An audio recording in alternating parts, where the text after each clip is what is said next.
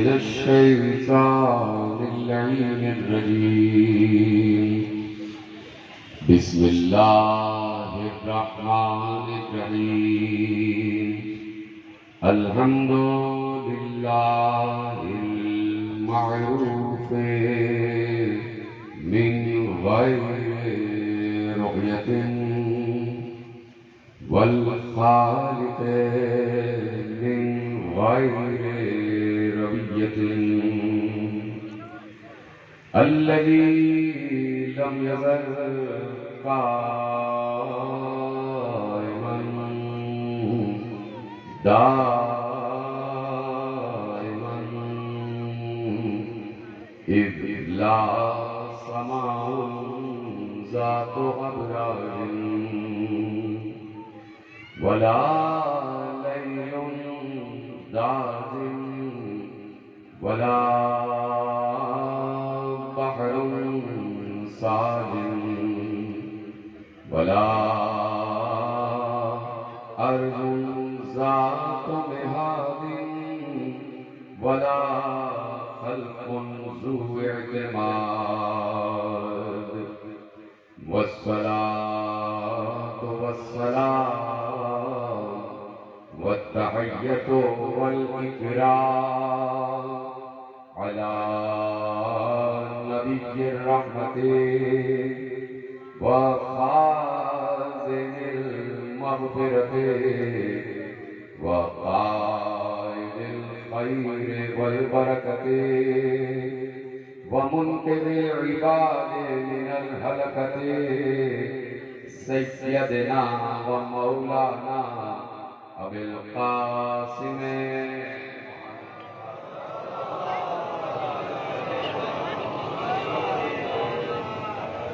وأهل بيته الطيبين الطاهرين المعصومين المظلومين المنتقبين المنتجبين الذين أذهب الله عنهم الرجس وطهرهم تطهيرا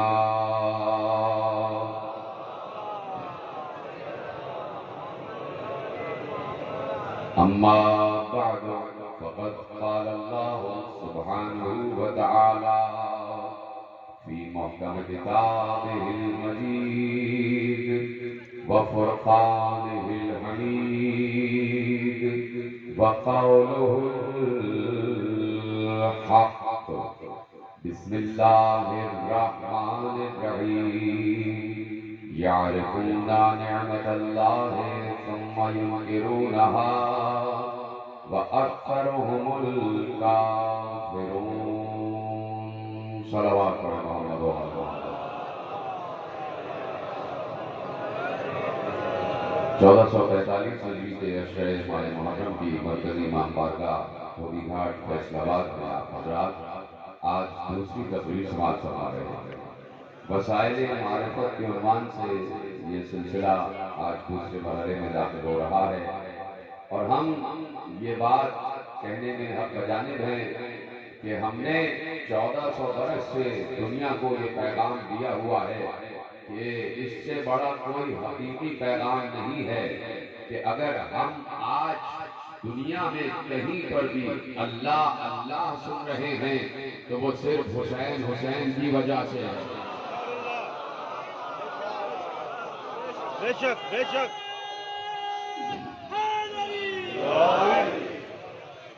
جہاں پر بھی آج ذکر خدا ہے وہ کربلا کی بدولت ہے، وہ کربلا کی بدولت ہے، کربلا کی مناسبت سے ہے، کربلا کے وسیلے سے ہے۔ ایک بندہ ایسا گزر گیا کہ جس نے یہ ثابت کیا کہ اللہ ہے، جس نے یہ ثابت کر دیا کہ اللہ ہے، اور میرے نانا جو پیغام لائے تھے وہ بالکل برحق پیغام تھا، وہ بالکل حقیقی پیغام تھا، وہ روحانی پیغام تھا۔ تو میں نے کل بھی یہی عرض کیا کہ مصطفیٰ عقیدہ توحید کا بنانے والا اور حسین عقیدہ توحید کا بچانے والا۔ حسین آج جہاں پر بھی کہیں پر بھی اللہ کا ذکر ہے تو بوسیلہ آل محمد ہے. یہ بتاؤ کہ علی خطبات توحید نہ دیتے، نہ بتاتے کہ اللہ کیا ہے، اللہ کون ہے، اللہ کیسا ہے، اس کی رحیمیت کیا ہے، اس کی قریبیت کیا ہے، اس کی رحمانیت کیا ہے، اس کی غفوریت کیا ہے، اس کی صبوریت کیا ہے، وہ شکور ہے تو کیسا ہے، وہ غفور ہے تو کیسا ہے، وہ غفار ہے تو کیسا ہے، وہ قہار ہے تو کیسا ہے، وہ جبار ہے تو کیسا ہے، وہ صبور ہے تو کیسا ہے، وہ مومن ہے تو کیسا ہے، وہ مہیمن ہے تو کیسا ہے، وہ عزیز ہے تو کیسا ہے، وہ قدوس ہے تو کیسا ہے، وہ سلام ہے تو کیسا ہے، وہ سمیع ہے تو کیسا ہے، وہ بصیر ہے تو کیسا ہے، وہ لطیف ہے تو کیسا ہے، وہ خبیر ہے تو کیسا ہے. علی نے بتایا اس کے صفات ہیں اور اس کے صفات کی ذات ہیں، اس کی ذات کا حصہ ہیں اس کے صفات. خبردار صفت والا الگ نہ ماننا، ذات والا الگ نہ ماننا. سلامت رہے آپ. یہ نہ کر لینا کہ اللہ کے صفات کو اللہ سے الگ مانو اور اللہ کی ذات کو اللہ سے الگ مانو. اگر تم نے ایسا کیا تو تم نے دوری پیدا کر دی. اسی لیے علی نے بہت ہی اہتمام کے ساتھ اور بڑے ہی چنیدہ الفاظ کے ساتھ، بڑے ہی چنے ہوئے الفاظ کے ساتھ عقیدہ توحید بیان دیا، معرفت توحید دنیا تک پہنچائی.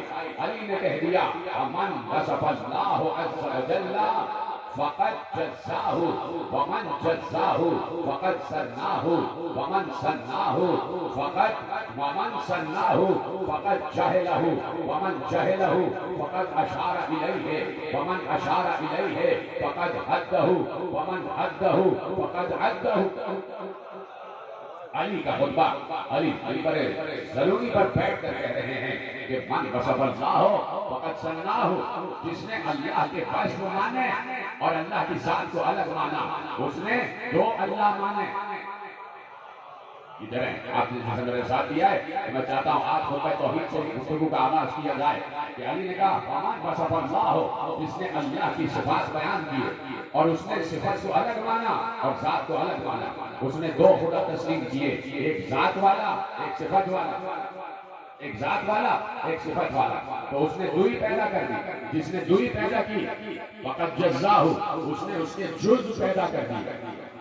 جس نے دو اللہ مانے گویا اس کو جز میں تسلیم کر لیا، یعنی دو اللہ ہیں جز میں مان لیا. اور جس کے جز ہو جائے وہ اللہ نہیں ہوتا. جز کا مطلب یہ ہے کہ اگر ایک ہے تو اس کے دو آدھے ہو سکتے ہیں، اگر دو ہے تو اس کے دو ایک ہو سکتے ہیں. تو کہا ومن سناہ فقد جزاہ ومن جزاہ فقد جہلہ، جس نے اس کے دو حصے مانے، جس نے اس کے دو جز مانے وہ اس سے جاہل رہا، وہ اس سے جاہل رہا، اس نے اسے پہچانا ہی نہیں. اور جس نے اسے نہیں پہچانا جو اس کی ذات و صفت سے جاہل رہا فقد اشار الیہ، بس اس نے اسے قابل اشارہ مانا.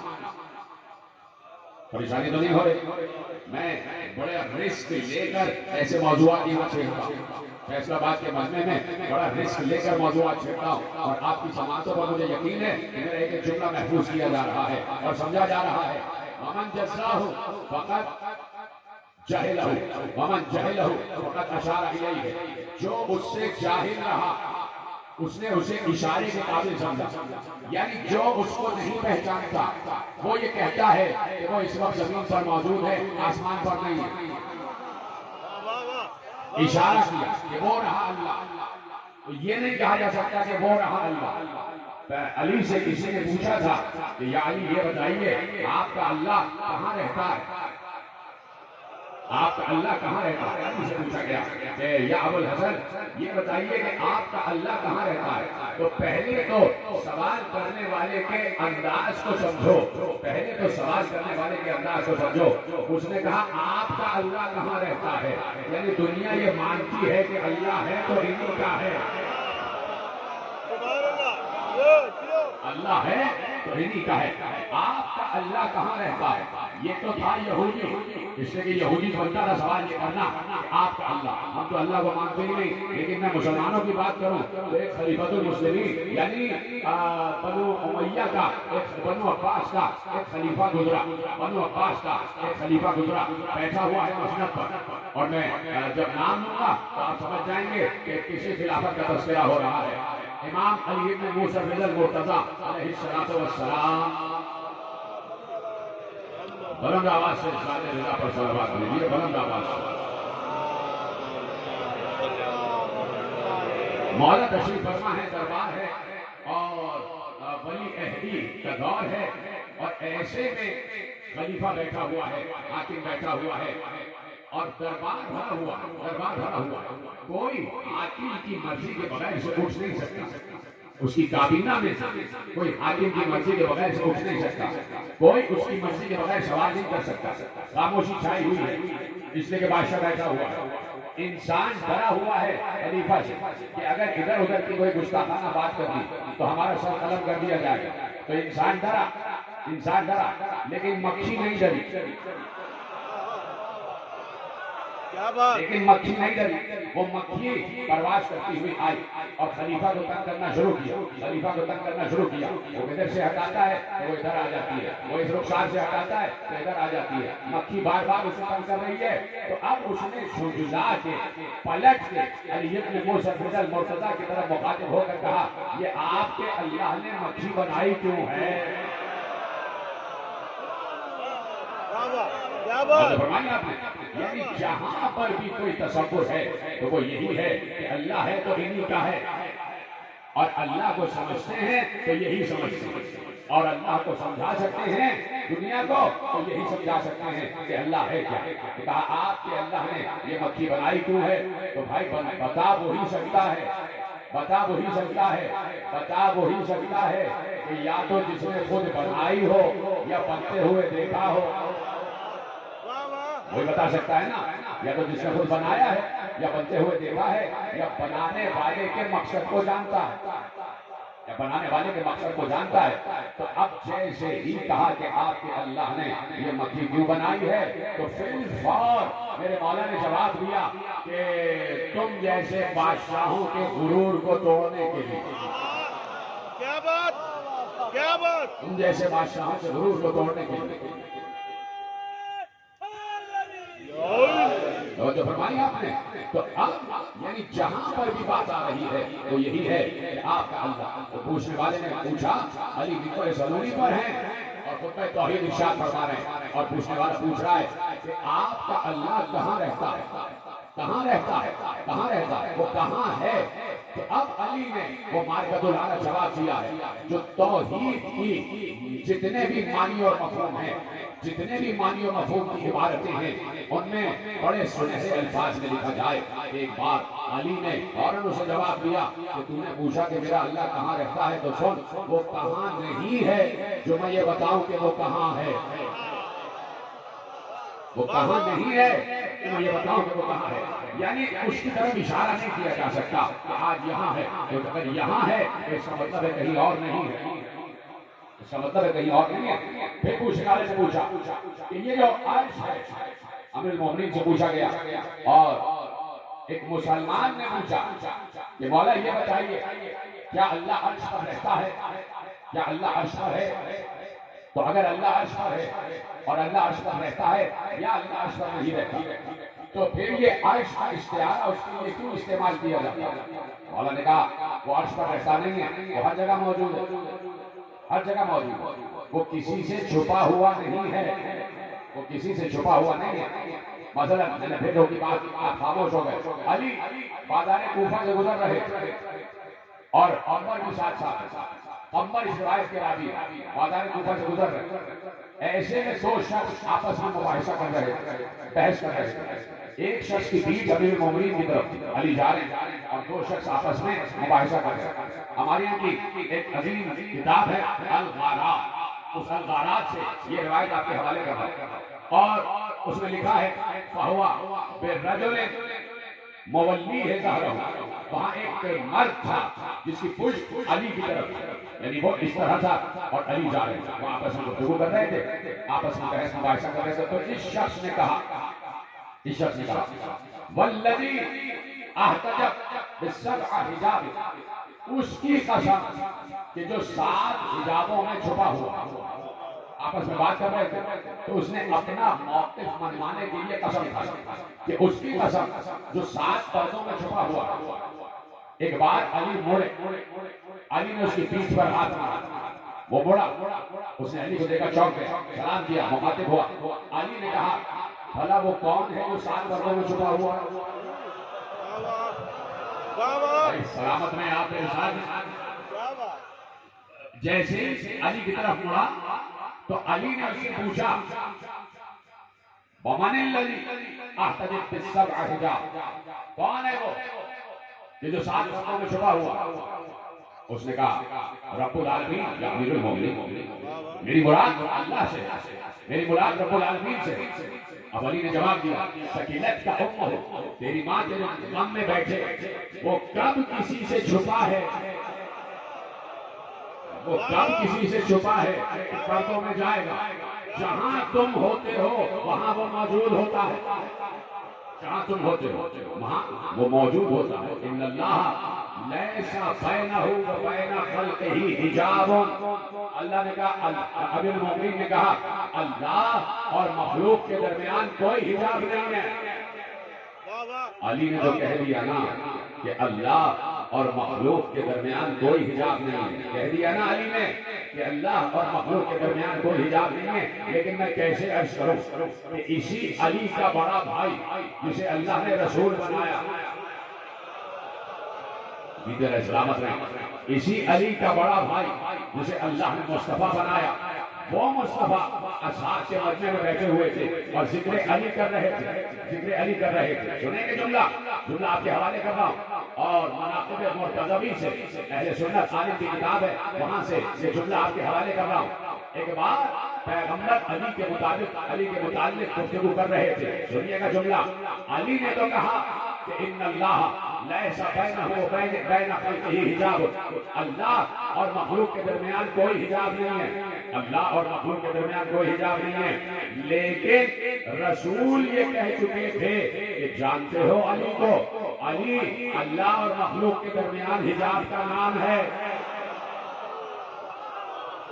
اللہ اور مخلوق کے درمیان جو حجاب ہے اس کا نام ہے علی۔ اب سمجھے آپ حجاب کو سمجھے کہ حجاب کیا ہے، حجاب کیا ہے۔ اب پہلے ذرا اس جملے کی تشریح ہو جائے کہ علی نے کہا کہ اللہ اور اس کی مخلوق کے درمیان کوئی حجاب نہیں ہے، وہ پردوں میں چھپا ہوا نہیں ہے، وہ ہر کسی کے ساتھ ہے، ہر کسی کے ساتھ ہے۔ وَهُوَ مَعَهُمْ أَيْنَمَا كَانُوا، تم جہاں جاتے ہو وہ تمہارے ساتھ ہوتا ہے۔ اللہ اکبر، اتنا عظیم جملہ میں نے آپ کے حوالے کر دیا، علی کا جملہ، تم جہاں جاتے ہو وہ تمہارے ساتھ ہوتا ہے۔ تم ابھی گھر میں تھے نا اپنے، تم سب کے ساتھ، اور میں بھی اپنے گھر میں تھا نا ابھی، تو اللہ میرے ساتھ گھر پر تھا۔ اب میں اور آپ فرش اعلیٰ پر آ گئے تو اللہ یہاں پر بھی آ گیا۔ بات پہنچ رہی نہیں پہنچ رہی، اللہ بھی فرش اعلیٰ پر آ گیا، اللہ بھی فرش اعلیٰ پر موجود ہے۔ اس وقت وہ ذکر حسین سن رہا ہے، کہاں بیٹھے ہیں پیچھے والے حضرات جس میرے ساتھ ہیں، اس وقت وہ فرش اعلیٰ پر ہے، وہ یہاں ہے، وہ اس وقت میری زبان سے ذکر حسین سن رہا ہے، سن رہا ہے، اور کوئی بعید نہیں کہ فرشتوں کو بھی بلا لیا ہو کہ آؤ تم بھی سنو، فرشتوں کو بلا لیا۔ تو اس جگہ کو چاروں طرف سے ملائکہ نے گھیرا ہوا ہے، جب اللہ موجود ہو تو یقیناً ملائکۃ اللہ بھی موجود ہوں، ہر جگہ موجود ہے، یہاں پر آ گیا۔ اب اس وقت ہم گھر پر نہیں ہیں لیکن وہ ہمارے گھروں پر بھی ہے، ہمارے گھروں پر بھی موجود ہے، ہم گھر پر نہیں ہیں، وہ ہمارے گھروں پر بھی ہے اور ہمارے ساتھ بھی ہے۔ وَهُوَ مَعَهُمْ أَيْنَمَا كَانُوا، وہ جہاں جاتے ہیں، جہاں جاتے تم جہاں جاؤ تمہارے ساتھ اللہ ہوتا، ہر جگہ اللہ موجود ہوتا، وہ پردوں میں نہیں چھپتا، وہ پردوں میں نہیں چھپتا۔ تو میں سوال کرنا چاہتا ہوں کہ جب وہ پردوں میں نہیں چھپتا، وہ پردوں میں نہیں ہے، وہ حجاب میں نہیں ہے، تو پھر یہ معراج کے حجاب میں کون چھپا ہوا تھا؟ واہ واہ واہ واہ واہ واہ واہ کیا بات کیا بات علی صبح کے ساتھ دل بولا علی علی حق کے نعرے حیدری جیو جیو جیو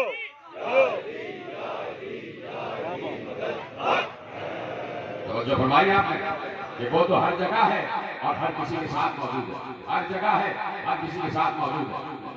تو اب پیغمبر نے کہا کہ علی اللہ و مخلوق کے درمیان حجاب ہے، یہ حجاب ہونا ضروری ہے، یہ حجاب ضروری ہے، اس لیے کہ ہم براہ راست اللہ کے وجود کو برداشت نہیں کر سکتے کہ اللہ کے نور کی ایک تجلی جب موسیٰ برداشت نہ کر سکے، واہ واہ کیا بات اللہ کے نور کی ایک تجلی جب موسیٰ برداشت نہ کر سکے، یہ اللہ کے نور کی تجلی آئی کہاں سے؟ یہ نور تھا کس کا؟ یہ دور پر نور تھا کس کا؟ یہ تو میرا استدلال نہیں ہے، علماء سابقہ کا استدلال ہے جو آپ کے حوالے کا بہت پرانی بات ہے اور آپ کے حوالے کا بات یقیناً آپ نے سینکڑوں مرتبہ سنی ہے، میرے موضوع میں یہ بات نہیں ہے لیکن آئی ہے تو عرض کرتا ہوا آگے بڑھتا ہوں، آپ کو یاد دلاتا ہوا آگے بڑھتا ہوں کہ بھائی یہ دور پر کس کا نور چمکا؟ کون تھا دور پر؟ جب اللہ نے کہہ دیا کہ تم مجھے نہیں دیکھ سکتے، لن ترانی، تم مجھے نہیں دیکھ سکتے، تو 70 آدمیوں نے بشمول موسیٰ دیکھا تبھی تو بے ہوش ہو، واہ واہ دیکھا تبھی تو بے ہوش ہو، اور 70 آدمی مر گئے، موسیٰ بے ہوش ہو گئے، 70 آدمی مر گئے، تو بعد میں موسیٰ نے انہیں اللہ سے کہہ کے زندہ کروایا تاکہ پروردگار انہیں زندہ کر دے، نہیں تو ان کی قوم کہے گی کہ موسیٰ پہاڑ پر لے گئے، موسیٰ نے انہیں قتل کر دیا، انہیں زندہ کر دے تاکہ یہ گواہ بن جائے۔ اس کا مطلب ہے بہت سے مردے اس لیے زندہ کیے گئے تاکہ گواہ بن جائے، سلامت رہے آپ، واہ واہ واہ تاکہ گواہ بن جائے۔ تو اب کہا کہ موسیٰ آ گئے دور پر اور کہہ دیا کہ پروردگار اپنا نور دکھا، اپنا نور کو مشاہدہ کروا، کہہ دیا لن ترانی، تم مجھے نہیں دیکھ سکتے، لن ترانی، تم مجھے نہیں دیکھ سکتے، جیسے آواز کی ویسی کرو، یہ کیا کیا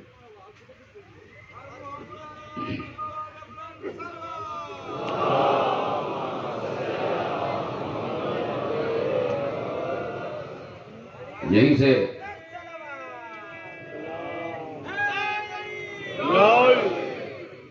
نعرہ تکبیر، نعرہ تکبیر، نعرہ رسالت، نعرہ رسالت، نعرہ حیدری، حیدری، حسینیہ، حسینیہ، یزیدیہ، یزیدیہ، رائے گشنودی ظہور امام زمانہ بلند تر صلوات۔